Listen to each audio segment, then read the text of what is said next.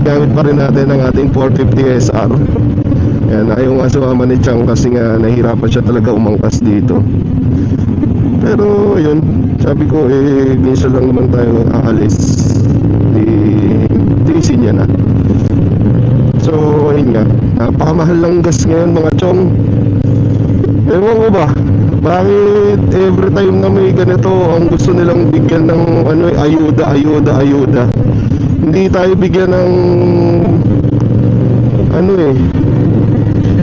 ng pagkakataon na lahat, kahit sabihin na natin yung mga middle class, pati yung mga nasa upper class na pamumuhay, mabigyan din kahit pa paano ng aumento.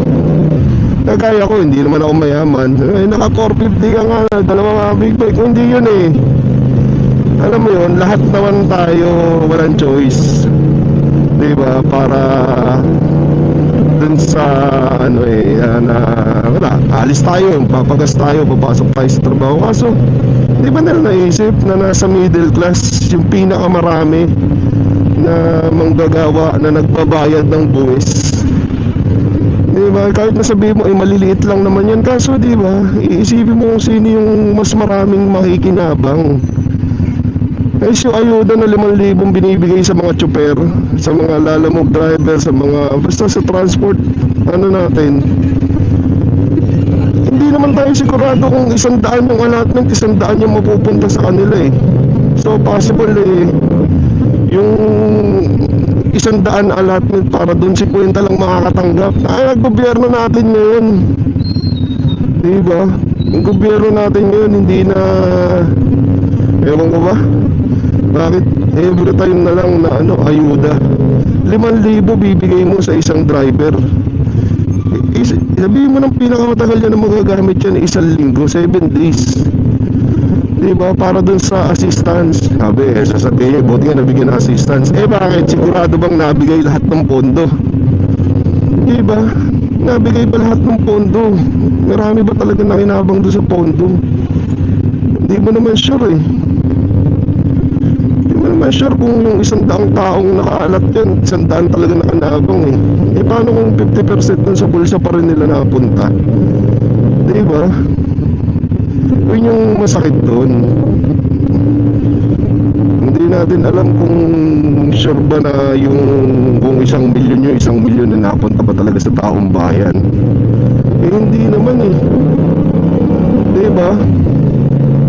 Kaya alam nyo, pinakamaganda talaga dyan, hindi naman natin sinasabing habang buhay na tanggalin yung excess tax sa yung mga value added tax na yun sa gasolina. Pero isipin nyo pagka inalis yung VAT na yun, magkano lang naman ang mawawala sa gobyerno? Nasa 300 plus billion nga yung ninakaw nila Ano ba naman yung 1 billion mahigit ang mawawala? 189 million lang nga tayong kwenta nila, o 189 billion yung mawawala pag inalis yun. Na nga pamimigay mo din naman, diba? Pamimigay mo din naman sa taong bayan din naman Ano nga kung hindi kumita ang gobyerno sa ngayon, tapos sila, kita mo 4 days lang ang pasok. Paano kami mga nasa private company? Paano yung mga namamasukan sa gasoline station? Paano yung namamasada? Nabigyan nyo ba ng hindi mas lalo nyo lang binawasan yung kita nila. Bakit? Imbis na 5 araw papasok yung mga yung government employee nyo naging 4 na lang.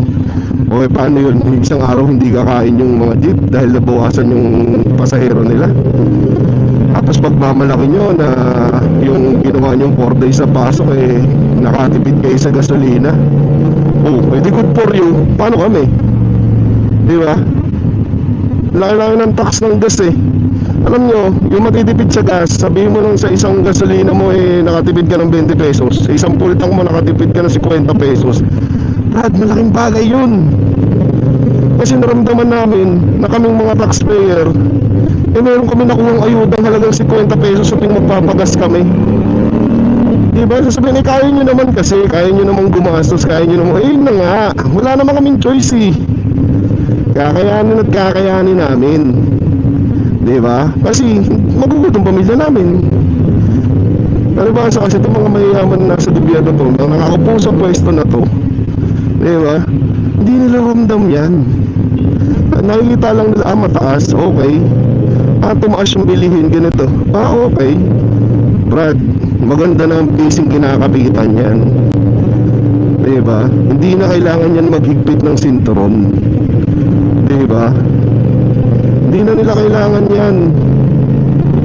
Hindi nila kailangan magtipid, guys. Hindi nila kailangan.